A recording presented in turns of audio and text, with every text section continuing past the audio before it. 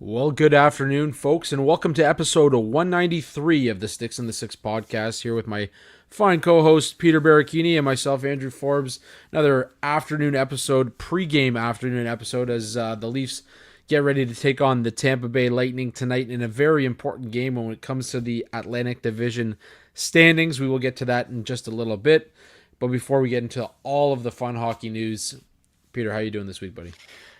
Doing great, yeah. Like you said, it's now getting to crunch time for the Maple Leafs. There's that game right now, and I kind of like these post-game / pre-game episodes where there's like a little bit of a break in between, whether it's a back-to-back or game being played tomorrow after a game last night, because we get all of our thoughts in from the previous game or what happened previously, and then we basically like make our assumptions or give our like takes and everything like that before the next game, and it's still fresh in our minds. It's like all of our opinions still matter, and it's like I don't know, I just love talking about or like having that gap in between kind of thing.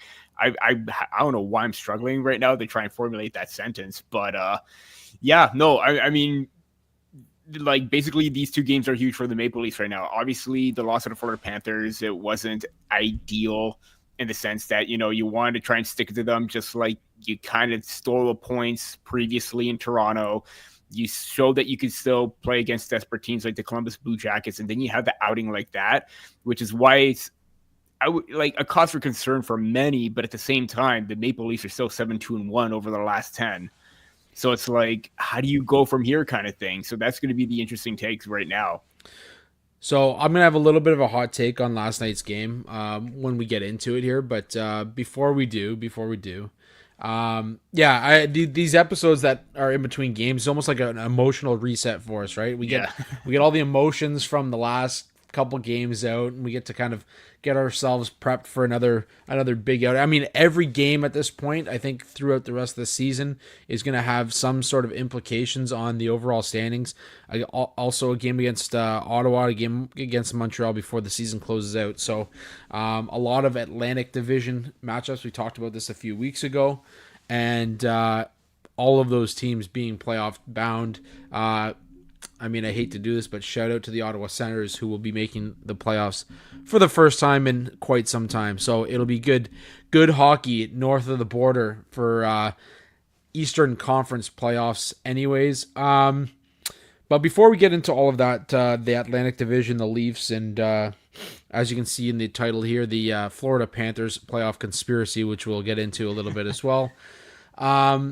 Some sad news out of the hockey world: the sudden passing of longtime NHLer, longtime broadcaster, and from what we've read thus far, like I said, it was a sudden passing of Greg Millen, 67 years old.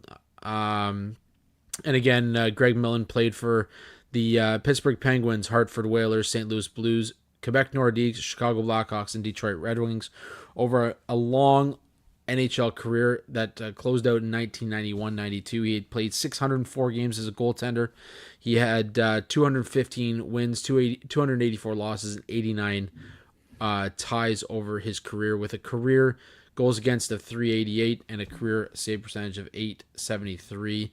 He did wonders in the booth. I can't emphasize enough the kind of ode to Greg Millen that David Amber gave on Sportsnet the other day, and what that you could just feel it in the way that he spoke of his former colleague. So as you know, we've said time and time again, we hate to start off episodes like this with such sad news, and obviously more to come when and if news breaks on how he passed, but. Until then, our thoughts and our prayers and nothing but positive energy to Greg Millen's friends, family, former teammates, all those who are impacted by the loss of Greg. We send that out here from the 6 and 6 podcast. So to them, we wish you nothing but health and happiness in the recovery of losing somebody that's so important to you. Jumping over to a little bit more hockey news here.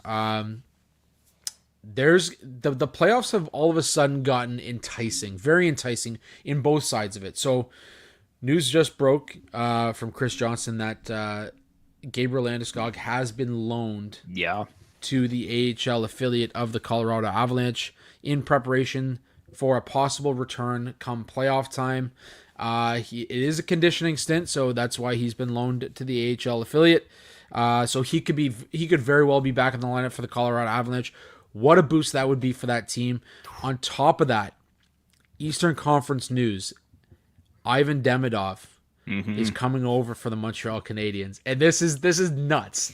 This is absolutely nuts. I was talking to a Montreal fan, a friend of mine at work, and the second that his contract kind of was mutually terminated over in Russia, and news broke that he signed his ELC, he's coming to Montreal. This is absolutely insane. Like, not only are the Montreal Canadiens on an absolute heater of late, but now they add possibly one of the best NHL prospects out there right now. Peter, take us through what's going to happen in these playoffs. This is nuts. Oh man, if eyeing a playoff spot and Lane Hudson potentially winning the Calder Cup trophy, or Calder Trophy, not Calder Cup. Sorry, wrong again. I don't know what's going on. We were talking AHL. We were talking some AHL. You were talking some AHL. I see what you're doing there. You're just trying to mix it all in, right? Add some hardware for their current potential rookie of the year, eyeing for the playoffs, and what better than to get the cherry on top than getting your absolute most dynamic and top prospect, like you mentioned, not just in the Habs system, but in all of hockey at this point, coming over for potential playoff run. I mean, that's absolutely insane right now. I mean, Habs fans just have to be overwhelmed with joy right now. I mean, I if you're just tuning in last week, right now, after I gave a heartfelt speech about passing on my cousin and how the Habs are, I got a soft spot for them because of my family and everything like that.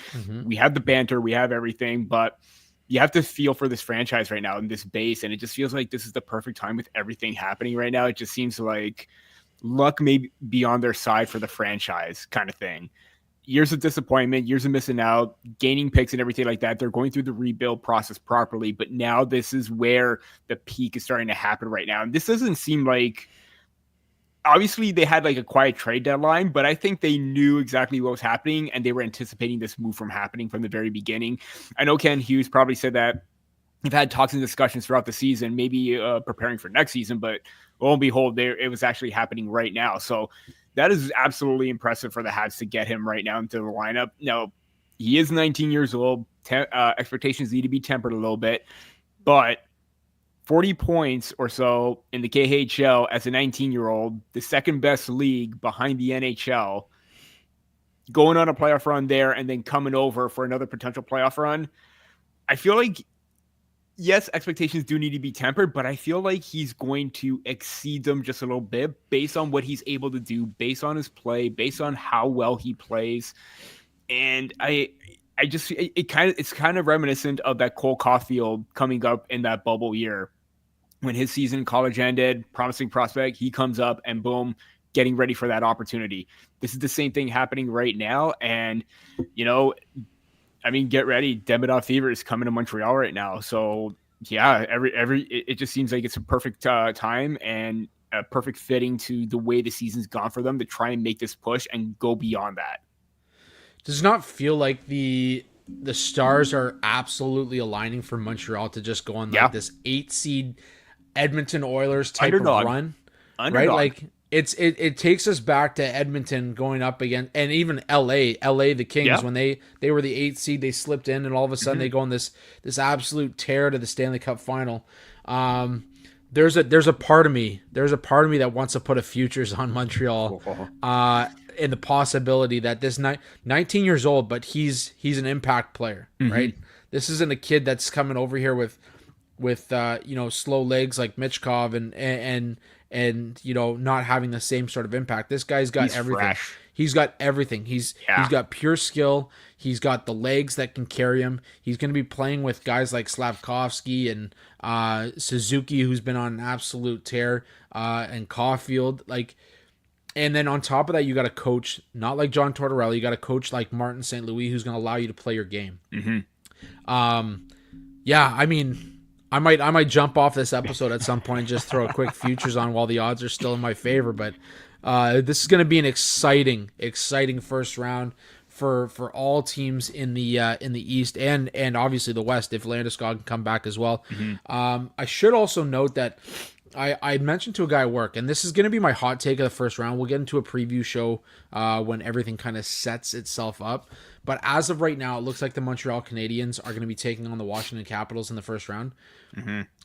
Even prior to Demidov coming over, I was talking to a buddy of mine, and I said, you know, all this hype and excitement around Ovechkin, and we're going to get into him in a sec, all this hype around Ovechkin's breaking Gretzky's record, this team has been on a high for about, let's say, a month, right? A month since the Four Nations. Since the Four Nations, since he came back, and there was all this excitement of the potential and the goal scoring streak that he was on. That I wouldn't be shocked if Montreal upsets him in the first round. I would not be either. No, I like add Demidov to the mix now. I was about to say the only question mark I have is what are you going to get in goal? Are you going to get the Dobesh and Montembeault that have stolen games for them, or are you going to get those games where the inexperience is going to get to them?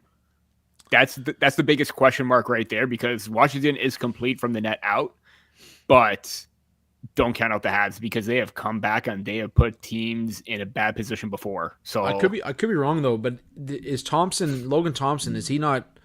He's not taking care of a little injury here. I am checking that right now. He's missing some. Yeah, he's upper body injury. So now you're relying on Charlie Lindgren right now, the backup, but he has had at least a little bit more experience than both Montembeault and Dobesh. Take it for what you will. It for what you will. But Montembeault was around winners at the Four Nations Cup.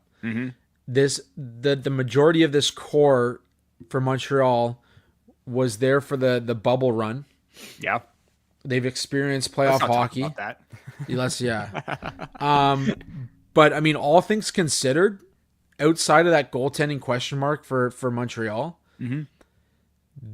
Washington was riding this high for so long. There's a very good chance that it's like there's a drop off here. There's got to be a drop off, right?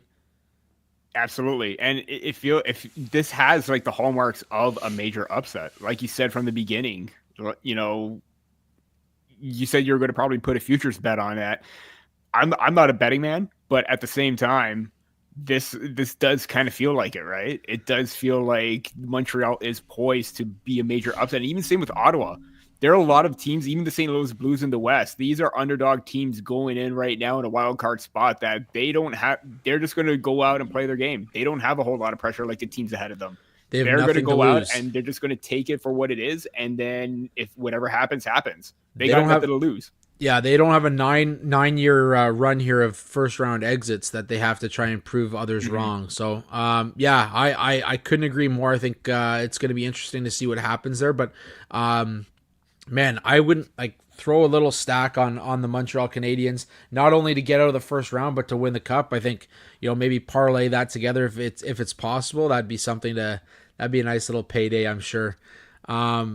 Anyways, jumping off of the Demidov and Landeskog news, some sad news as well for a player that didn't even get a chance to make his run in the AHL. Chaz Lucius, really coveted prospect with the Winnipeg Jets, announced his retirement through his agency on X and multiple platforms. I believe it was yesterday, due to the diagnosis of Ehlers-Danlos syndrome. So for those who don't know, I didn't know what it was, but just a quick kind of overview of what it is. Ehlers-Danlos syndrome is a group of inherited disorders that affect your connective tissues, primarily your skin, joints, and blood vessel walls. So it goes on to say connective tissue is a complex mixture of proteins and other substances that provide strength and elasticity to the underlying structures in your body. So obviously, being a top end athlete, that's going to affect you in ways that probably will keep you out for long periods of time. And we were talking before we hit the record button here that he has missed time over the last few seasons, and we don't know if it has to do with that, but it certainly could play into it. And really sad news for a kid who's worked his entire life to get to this point and get to this dream mark. I mean, it's amazing that he was drafted, that he got to that point.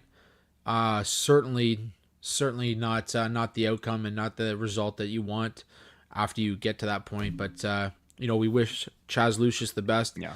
And obviously, this is a guy who understands that there's more to life outside of hockey. So, all the best to Chaz Lucius, and hopefully he can still have an impact in the game, whether it be coaching, scouting, or something along those lines as well. I think there's lots of room for players like that to come back and still leave a mark in not just the NHL, but in the game of hockey for younger players to get those opportunities as well. So shout out to him, and hopefully he can find that next road in his career. I think outside of Leaf news, we have to talk about this, but wouldn't be doing it justice. We wouldn't be doing it justice. The Great Eight breaks the record, makes now the iconic dive at center ice. And everything just seems so fitting. I mean, we watched him not shoot on the empty net. He obviously did not want to break the record on an empty net, which, I mean, mad respect to him for going that route. Instead, Ryan Leonard gets his first NHL goal on the empty net. And you could hear the screams like, what the hell's going on? Why aren't you shooting the puck? Everyone wanted him to break the record that night, but he did it. First goal for the Washington Capitals against the New York Islanders the following game. And from his spot, from his office, everyone always talks about Gretzky's office behind the net. Ovechkin's office was right at that dot on the left side of the net, and it wasn't his typical one timer, but he stepped into it and he rifled that one home. 895. There's a graphic out there showing when other players will reach 895. I think the one who's even closest is Crosby, and they've got him 8 years out from hitting it, so he's obviously not going to hit that mark. The most realistic, and he obviously doesn't want people talking about it, but the most realistic is Austin Matthews in the year of 2034-35. So we're talking 10 years out. Yeah. Certainly doable on his goal scoring pace. This season obviously shows that he has taken a little bit of a step back this season alone. So who knows what's going to happen over the next 10-year span. Hell, there could be lockouts and all that kind of jazz in there as well. Nobody really knows with what the NHL goes through on a day-to-day basis. External factors that could play a part that's out of everyone's control. Another pandemic. Let's hope not. Let's not go there. Yeah, let's not go there. There's one thing that came from that pandemic, and that's this podcast. And you're damn right. We're thankful for that pandemic, because this wouldn't even happen without it. Exactly. The one good thing that did come out of that. Anyways, 895. There's now bets out there that, is he going to reach 900? But this is what I was talking about with the high. They've been riding this high since he came back from that broken leg. He was on a torrid pace. Great moment. A lot of respect to the New York Islanders for stopping the game, for running out the red carpet, letting him enjoy the moment. I was a little shocked that they gave him 7 minutes. They gave him a 7-minute window to really enjoy, the moment and have Gretzky come down and talk about it and blah, blah, blah. Man, he's the Great Eight. Give him 8 fucking minutes. Give him 8 minutes. Just give him his number. That's it. Give him 895 seconds if you really want it. I was just about to say, do like 8 minutes. Yeah, 895. That's it. Anyways, typical NHL trying to make the moment about themselves and not the players, but definitely a great moment. And I saw your tweet that it's I believe it was your tweet, but this is one of those moments that you never expect that you're going to witness, right? Mm-hmm. And for us to witness this in our lifetime, to see a record that was at one time believed to be unbreakable, to see it kind of take formation and see it come down the stretch and watch those every game you're tuning in. I mean, this is like this is like Maguire and Sosa going for the home run race. This is brings a lot of eyes onto the game that maybe wouldn't be watching on a night to night basis, and this allows for that to kind of grow the game organically in itself, right? So congratulations to Alexander Ovechkin. A lot of talk about, if this is now an untouchable record, and let's just sit back and enjoy the fact that this guy broke a record that has been standing for so many years, and to do that and to not ever be stopped from that same spot on the ice every goddamn power play. So many teams, so many players, so many coaches still have included in after all this time, and he'll score more from there before he retires. He will. He's got another year on his contract, I guess, right? So yeah, that number's just going to go up. But at the same time, in perspective, I was basically an infant / toddler when Gretzky broke that record, 802, because it was like early 90s or so, right? Yeah. So there was that. I witnessed his final game, and now all of a sudden, I didn't think we would see this kind of history or milestone be broken. And this is one of those things where you just got to savor and take it in. And and obviously I was, doing some work on my computer here, draft stuff, Leaf stuff, you name it.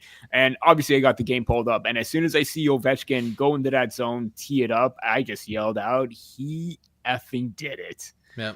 Like, again, when are you going to get that moment and witness it? What's the next record that could be broken? Realistically, it's tough. I mean, you could look at McDavid chasing down Gretzky's point record. I was going to say the points might seem like a realistic thing for a guy like McDavid, but you don't know.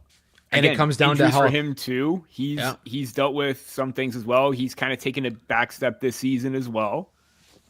Then again, like hovering around 100 points for McDavid is a bad season. I mean, like, come on. But again, this is just one of those things where we thought it wouldn't happen. But then again, like you mentioned, I really would have loved to see it get that empty net goal. I know he wanted to score it on a goalie, and it was one of those goalies that he never scored on. So sorry, Ilya Sorokin, you will not be getting one of those Molson Zero cans, unfortunately. That was pretty neat. I mean, like it feels surreal right now, and the fact that he went on after Ryan Leonard scored that goal with like 50 seconds left and he still had 2 or 3 good looks speaks a volume of Ovi's mentality. Shoot first, getting pucks on net. That's what got him to this point right now. And yeah, history in the making. He now stands alone. And yeah, he's now the greatest goal scorer of all time. Like you said, will another player reach that? It's possible. We just don't know. Again, records are meant to be broken. But this is a number that's going to go up, and it's going to separate himself even more. So there's going to be even more of a mountain to climb as a result of that. But yeah, absolutely phenomenal. Ovi, we followed him since his rookie year in 2005, 2006. That was the pinnacle, the battle between him and Crosby, and you knew you were getting 2 faces of the league, 2 special players. Ovi, again, congrats. That is absolutely phenomenal. And yeah, you're true goal scorer at its finest. Yeah, I think what's crazy too is like he did it in a generation that's seen so many ups and downs with goal scoring as well. Like when he first came in the league, when he first came in the league, it was a lot of like the tugging and the pulling and the hooking, and that was all let go, right? And then more recently, we've seen an uptick in goal scoring, which is kind of allowed him to maintain that pace even as a 39-year-old. But even on top of that, just seeing the growth between him and Crosby, both of them kind of talking about how they'd love to sit down after retirement and grab a beer together and just kind of shoot the shit about their careers and all the stories that they've had. Another Ovechkin record that you should look forward to though, and realistically he could do it within the next year or 2 if he decides to come back following his 1 year that's left over here. He's less than 300 hits away from topping Cal Clutterbuck for the all-time hits list.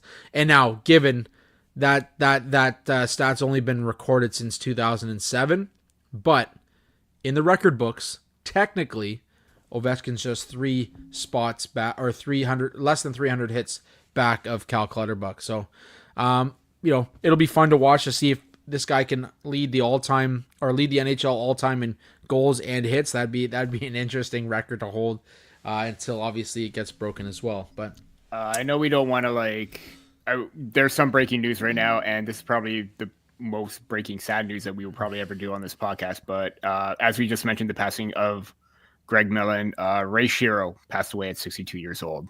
Wow. Being made official right now. So, rough few days in the NHL circle right now with Millen and former GM of the Devils, Ray Shero. Again, really, really tough news right now. Yeah, thoughts and prayers go to his family as well. And man, that's it's tough. That's really tough. Do you? I don't know this, but at the NHL awards, did they ever do like like an Oscars thing where they kind of roll like all the thing? Yeah. I don't know, but I really think they should.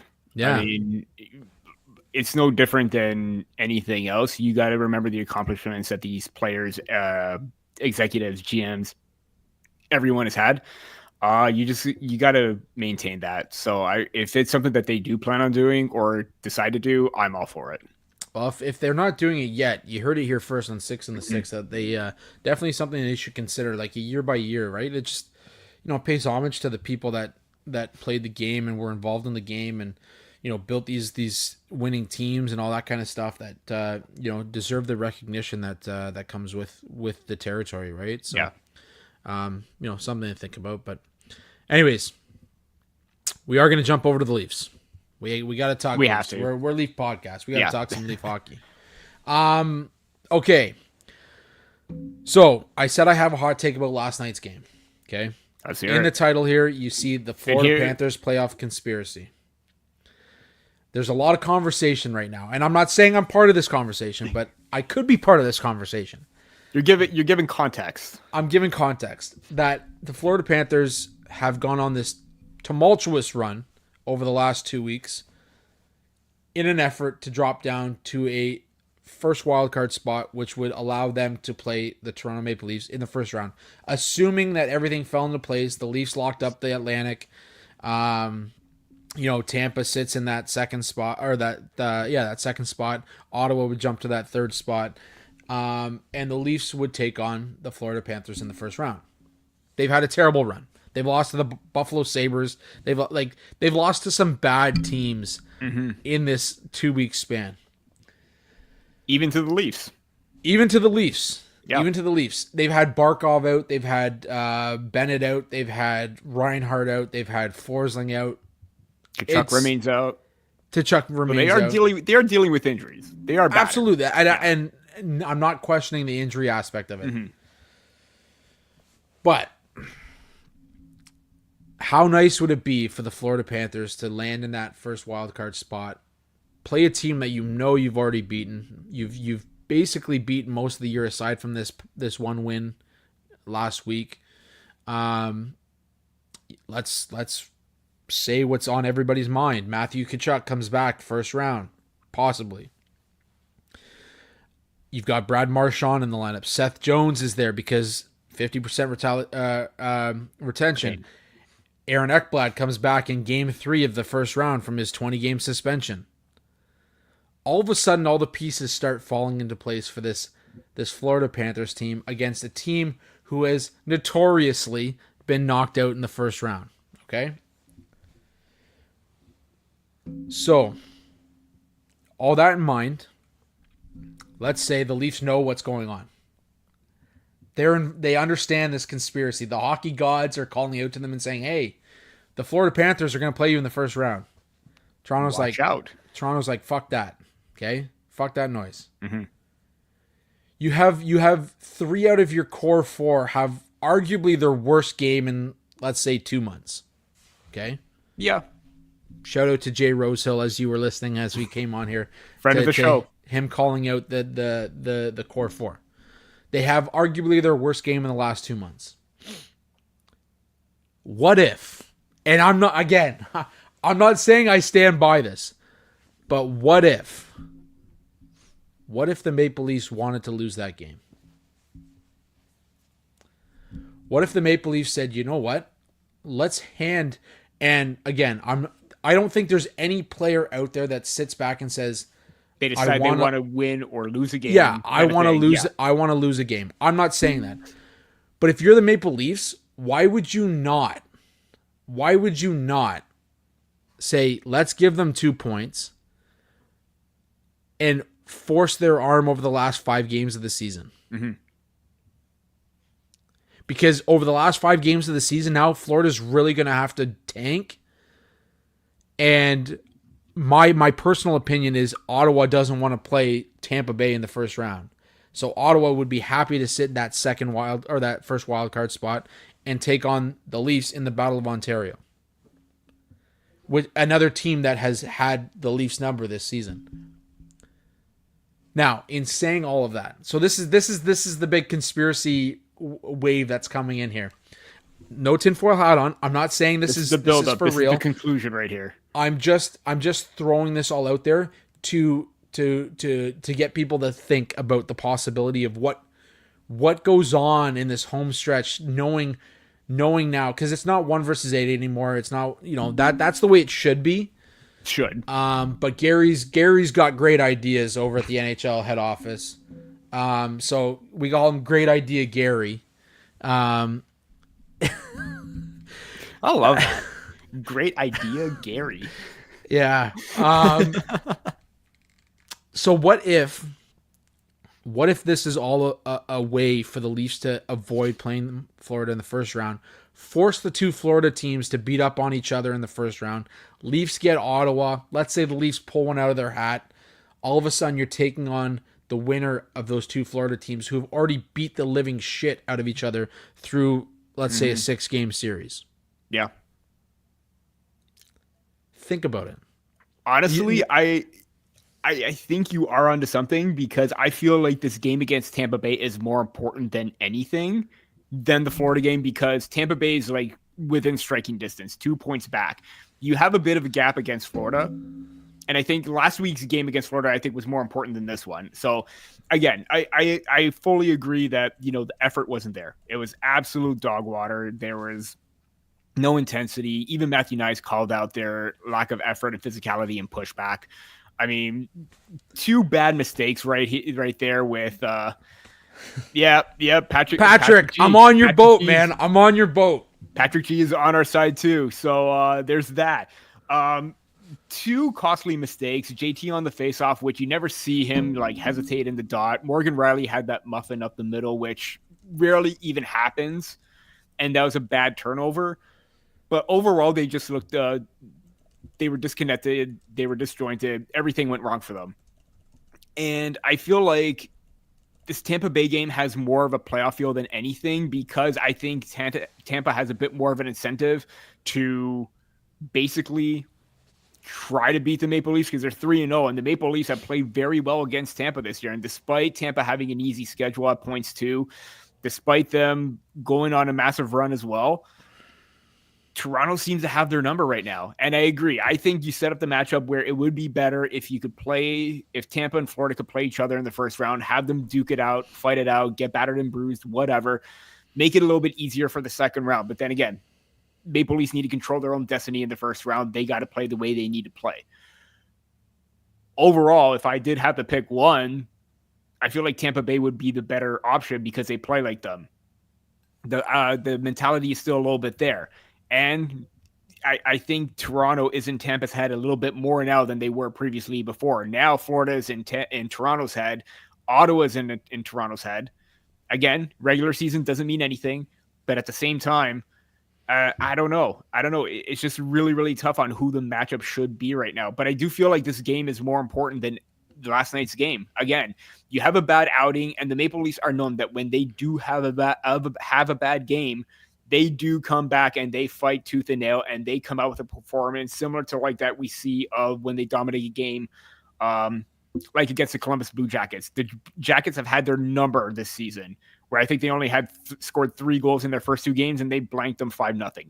That's what you want to see. You want to show some desperation and beat other desperate teams, or beat teams that are trying to claw their way to get to you. If Toronto does that tonight against Tampa Bay, then the rest of their division or the rest of the games is there to lose. And if they play horribly down the stretch, then they get what they deserve. But if they win tonight, they need to feel confident. They need to take that and continue to take that. And that's the problem with this. They don't take things consistently. They go for a stretch and they look back and then they go on a losing streak for a stretch of that time. They need to stick with that and go on an absolute heater themselves. And again, that 4-game winning streak was absolutely big, but it could have been 5. It could be 6 tonight. And instead you take a bit of a step back, but at the same time, they do recover, better. And I think, Chief Berube basically said, they wanted it more. Toronto's got to want it more tonight. And if they don't see that, then you can rest assured that he's going to have some words for them at practice. Yeah, I like Patrick's response here too. 18 shots said a lot about who the Leafs won round 1. Yeah. My hot take outside of that whole conspiracy is I didn't mind the loss yesterday. Mm-hmm. Not because the play was terrible. They played horrible outside. I just would have loved to see that effort a little bit more. Yeah, that's my main thing. I don't care if you lost. Again, it was a close game, but you were heavily outshot and outplayed regardless. But I am okay with that because I like the fact that Florida stayed in the mix in that top 3. Fair. Right? Yeah. Patrick mentions that the Montreal Canadiens are only 3 points back of Ottawa. I hope to hell that we don't play Montreal in the first round, especially with this addition of Demidov. Keep them away from me as long as you can. I think Montreal's going to be a force. Like I might be in the minority here. I dread Ottawa more than Montreal. Then again, I dread every opponent because of Toronto's history. Yeah, I think you have to approach every single. You can't want a single opponent right now. This is the same conversation we had when mentality. Yeah, when the Leafs beat Tampa in the first round and said we want Florida. Well, Florida came out and kicked your ass. Yep. So we don't want anybody. We don't want anybody. We want the Leafs to go out and we want them to play with a full, consistent effort for 60 minutes for every game to earn 4 wins. That's what you want. Yeah. That's what you want. Patrick prefers Montreal. He wants Montreal, Ottawa, Tampa Bay, then Florida. Yeah, I mean, the thing is, we talked about this in our preseason show. The Atlantic Division is the best division in hockey right now. It's an absolute dogfight to the end right now. There's no questions asked. Mm-hmm. Up until maybe 3 weeks ago, Detroit was right there as well, right? If they were in the mix, hell, I'd take Detroit. If you look at it, Boston was kind of still in it, but they were middle of the pack. They were still until the separated deadline by when points. They just said, "See you later, Marchand. See you later, Coyle. See you later." Yeah. They literally had it was a fire sale. It was an absolute fire sale. Yeah, my thing is they need to approach every opponent like it's a do or die. They have to. Yeah. Whether it's Montreal, Ottawa, Florida, Tampa Bay, you have to show that you are at a level that you are going to be competitive no matter who you're playing. Counterpoint to that, sorry to interrupt you there, but how many times have they been in a do or die situation and they just completely fell flat? Absolutely.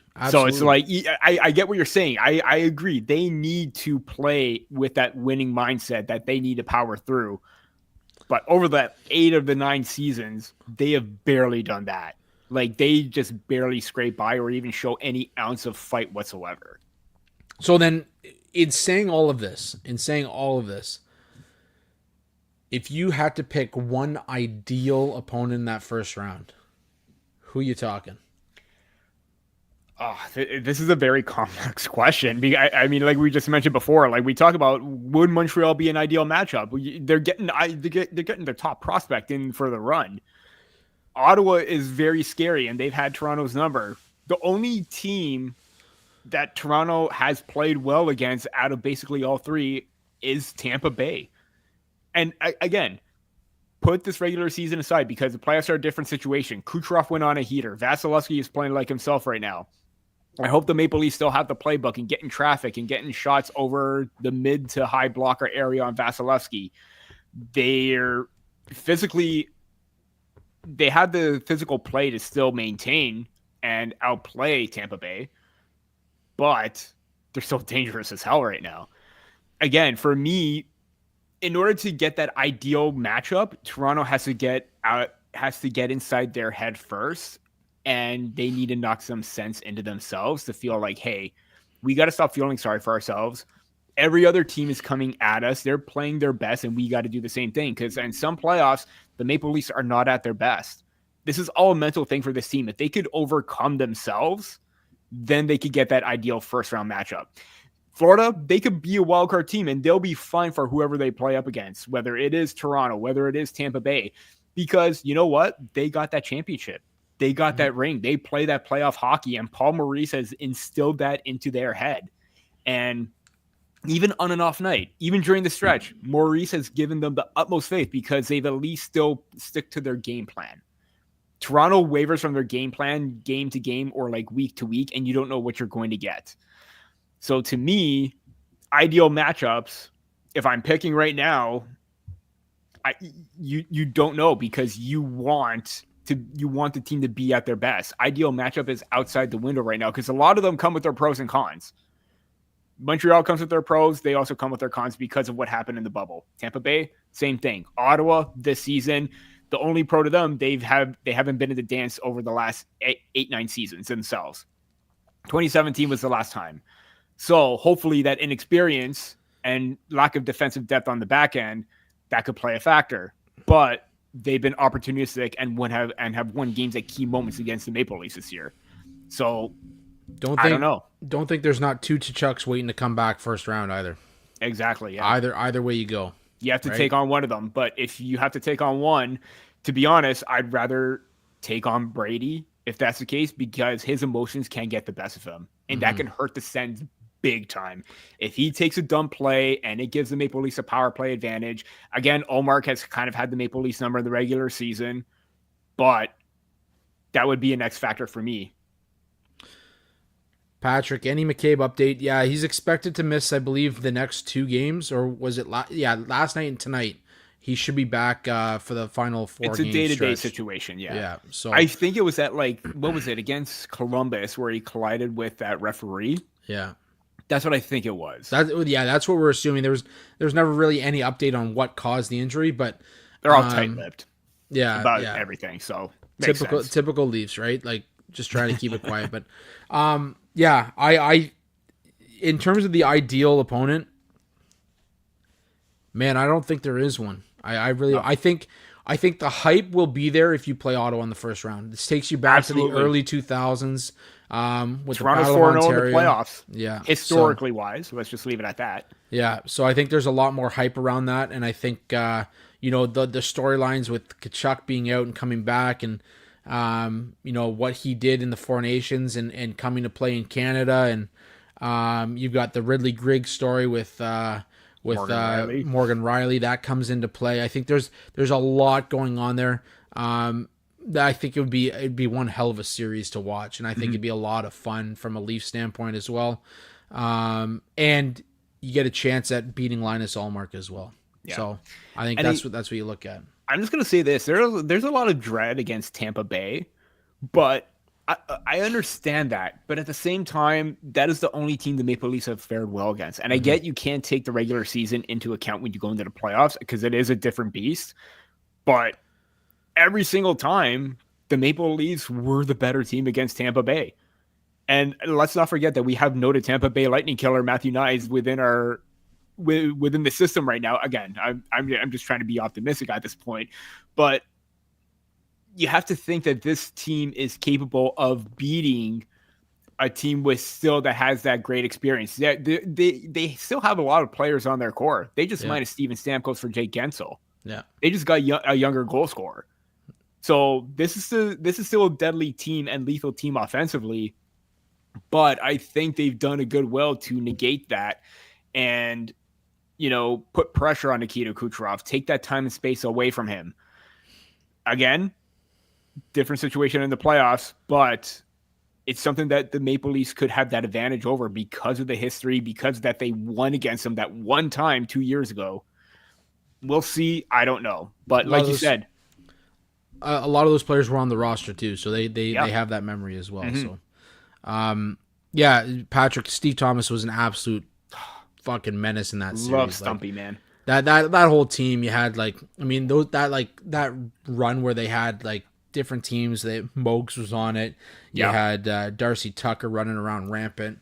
You had Sundin. Gary Roberts was Gary Roberts. A beast. Like you had guys like Daniel Markov, who was just tearing it up on the blue line. Like there were some pretty good teams back then. We do need Tampa Bay to beat the Panthers. Honestly, I'm hoping for that. Let's take on Ottawa first round. We'll let Tampa Bay do the dirty work, and then when they're tired, we'll take it bit by bit. When they're tired, we'll take them on the second round. That's exactly what we need. Anyways, before we get to the last point here, Peter, as I mentioned off the top of the show, I think when it comes to first round series, I think if Montreal does in fact take on the Washington Capitals, Montreal would be my pick for the first round to come out of that series and cause an upset. And with that, quick word from our DraftKings Sportsbook sponsors. This NHL season has been as predictable as a puck rolling on its edge. No one knows where it's going. But that just means there's time for your favorite team to figure things out. Not as much time anymore. And games left for you to get in the action at DraftKings Sportsbook, an official sports betting partner of the NHL. It's super easy for first-timers to get started. Try betting on something simple like picking a team to win. Go to the DraftKings Sportsbook app, select your team, and place your first bet. And if you are new to DraftKings, listen up. New customers bet $5 to get $150 in bonus bets instantly. Download the DraftKings Sportsbook app now and use code THPN. That's code THPN for new customers to get $150 in bonus bets instantly when you bet just $5. Only on DraftKings. The crown is yours. Gambling problem? Call 1-800-GAMBLER. In New York, call 877-8-HOPE-NY or text HOPE-NY 467-369. In Connecticut, help is available for problem gambling. Call 888-789-7777 or visit ccpg.org. Please play responsibly on behalf of Boot Hill Casino and Resort, Kansas. 21 plus age and eligibility varies by jurisdiction. Void in Ontario. New customers only. Bonus bets expire 168 hours after issuance. For additional terms and responsible gaming resources, see dkng.co/audio. NHL and the NHL Shield are registered trademarks of the National Hockey League. NHL and NHL team marks are the property of the NHL and its teams. Copyright NHL 2025. All rights are reserved. Patrick's just asking real quick here. Exciting Western race. Do you guys think the Flames get in? It's coming down to I'm just gonna pull them up here. I don't know it off by heart. Checking the wild card standings right now. They're 4 points back in Minnesota right now. Yeah, it's gonna be questionable. I think, man, it's a tough one. I early on I would have, if you had asked me, like even a week and a half ago, I would have said absolutely they've got a chance to get in. But yeah, it's barreling down to mostly being like, was it the Central there? Yeah. The Central and the 2 wild card spots. So yeah, you got Vancouver. Vancouver's 2 points out of the wild card. 1 point out of the wild card. Calgary's 2 points out of the wild card. They've got 2 games in hand though. I'm still saying Minnesota because of the fact that I'm just reading right now that it's a potential Kaprizov Eriksson Ek return against the Sharks. Well, I think Minnesota's got it, but I think St. Louis is holding down the second wild card right now, and St. Louis has been St. Louis is in first. Yeah, they got the first wild card spot basically. I mean, it's not. It's not. Oh, I'm looking confirmed. Oh my God, what am I looking at here? Jesus. Are you looking at past ones? Because I have St. Louis at 93 points right now, Minnesota 91. Yo, how does that work where I look up the standings and it's pulling me up to on like March 20th? Jesus. Oh, man. Christ. All right, yeah. That's a little rough, okay. But yeah, I Okay. honestly think that Minnesota will hold it down, and I think it may be a little bit tough of an act to follow for Calgary right now. But again, they probably get in with the play of Dustin Wolf and Nazem Kadri. So here, those two have been clutch. Yeah, I was going to say, here's the only thing that works in their favor, assuming Kaprizov and Eriksson Ek don't come back and make a massive impact, which they absolutely should. Minnesota's 4-4-2 in the last 10. Calgary is 6-2-2 in the last 10. Calgary's been on a tear. They know what they need to do to get the job done. You've got guys like Coronado who've stepped up. You've got guys like, obviously you mentioned Dustin Wolf. Nazem Kadri's been on an absolute tear. essentially Calgary's got to win out. They've got to win out the last 5 games and hope to hell. Like that's a 10-point swing. If that's the case, you have Minnesota. Like Calgary's got a game in hand, so Minnesota's got a possible 8 points.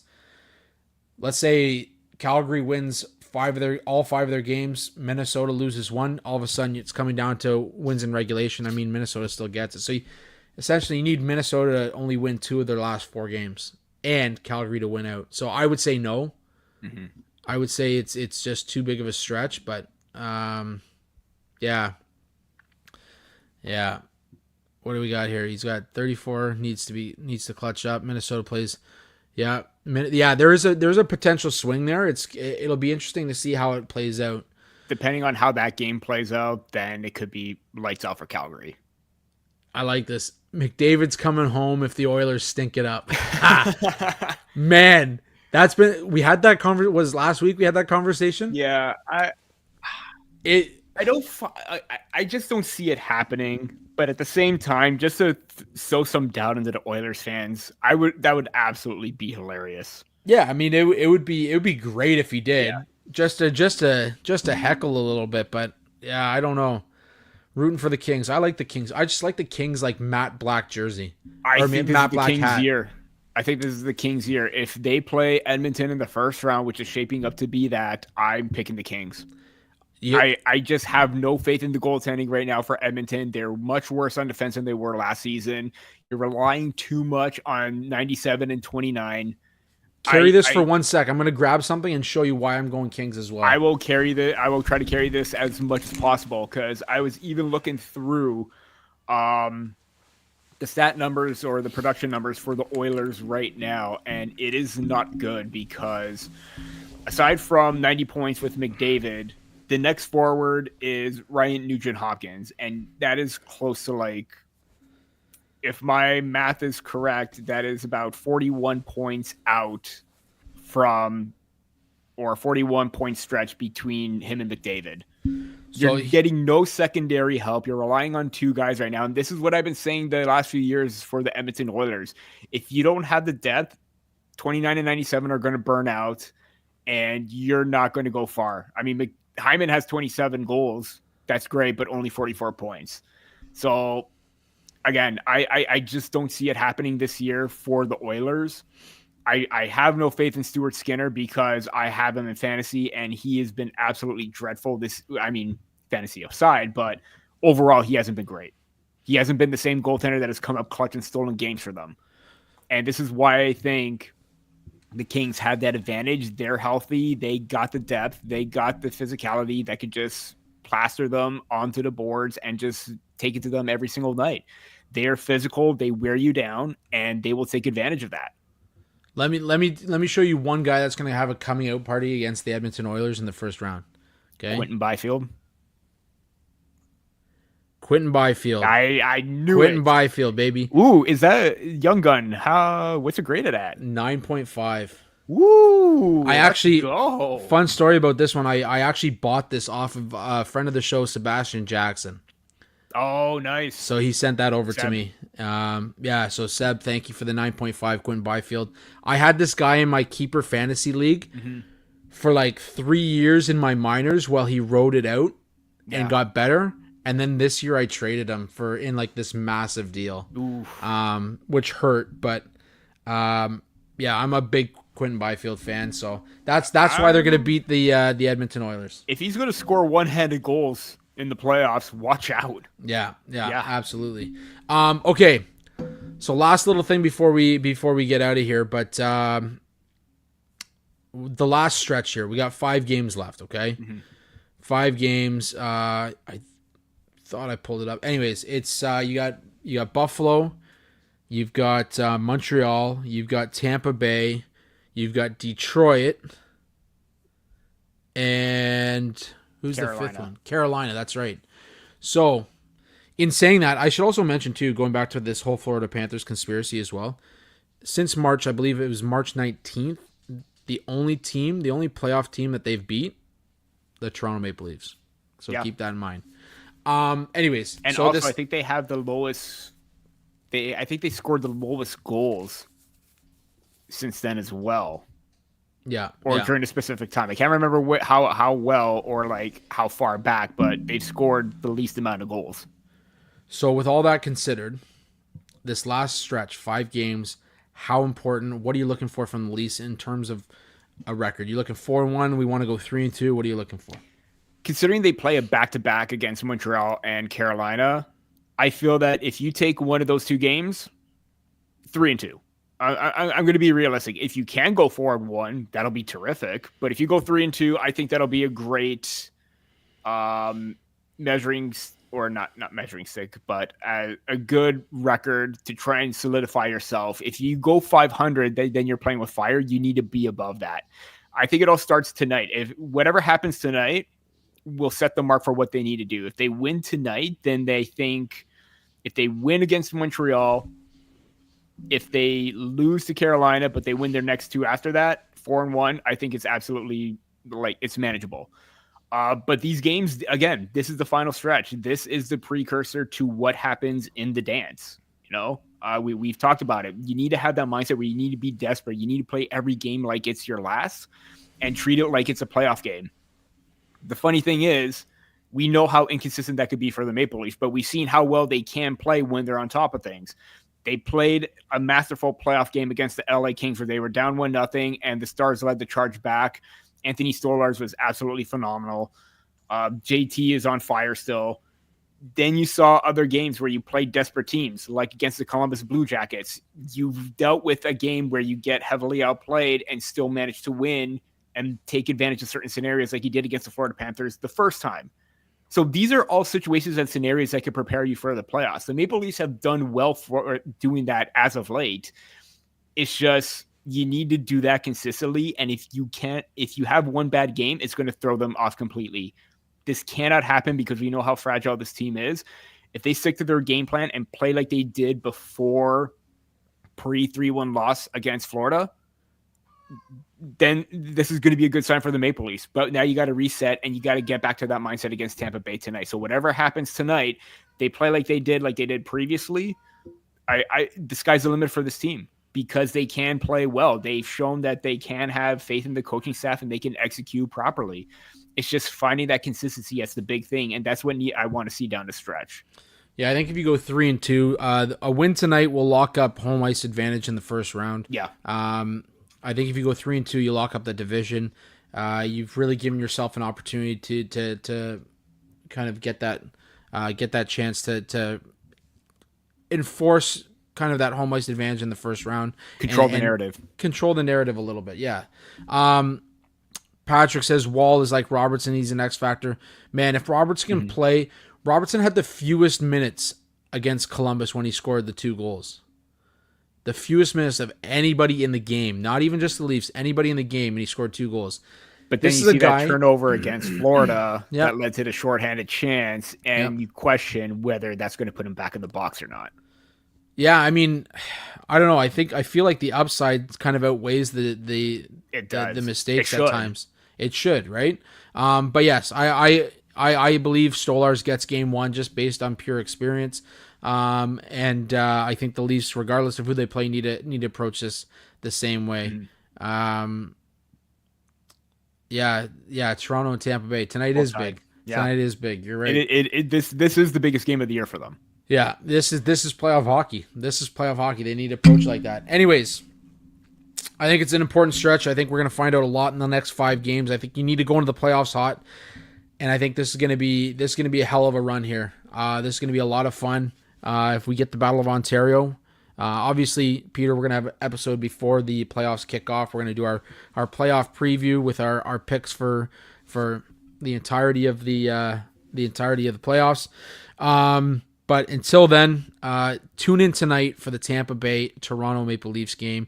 It's a big game, guys. It's a big game, and as always, it's been fun to kind of shoot the shit and kind of go over some conspiracy theories this week, Peter. But anyways, as always, we've been brought to you by the fine folks at the Hockey Podcast Network. Make sure you head over there and check out all of their fine shows. A ton of content, lots of great stuff, including the Terry Ryan show. You got to check that out. It's a lot of fun listening to him. East Coaster, man. East Coaster. They got a different way of life. But as well DraftKings, SeatGeek. You're looking for tickets for anything, including the Jays, who just locked up their big ticket for the 14 years, $500 million. Make sure you check out SeatGeek. Use Sticks in the Six Pod as your promo code. You will get $20 off your first purchase of tickets. Make sure you check out BioSteel as well. Use Sticks in the Six. You'll get 20% off for BioSteel as well. So, anyways, Patrick, don't stop believing. I agree with you. Yep. It's gonna be a hell of a run for these last 5 games. Let's see what we can do with the Maple Leafs. Until next time, that's it for Peter and myself on episode 193 of the podcast. Thank you, Patrick, for tuning in. All those to watching, we appreciate it. Love the support. Until next week when we hit episode 194 with a little playoff preview. Go Leafs, go.